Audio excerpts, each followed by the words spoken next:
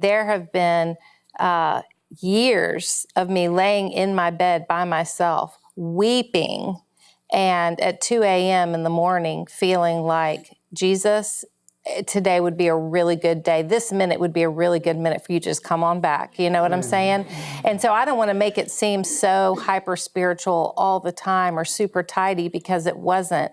But I can trace God's hand of faithfulness, and every identification of his faithfulness, big and small, that became me trading my fledgling strength for an acceptance of his strength.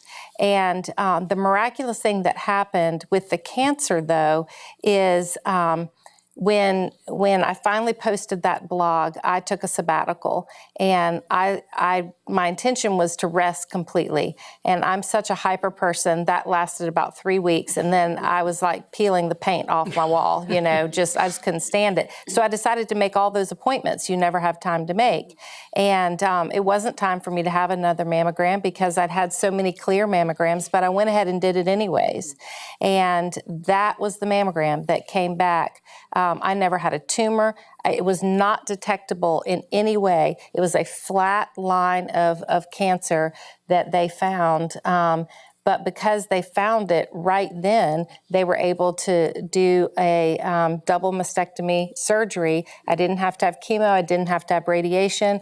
The prognosis was great, and I've been declared cancer-free. And I praise God for that, right? But here's what I don't want you to miss. If my marriage would not have imploded for a second time, I wouldn't have gone to get that mammogram. And if I hadn't have gone to get the mammogram, I would probably be telling a different story today.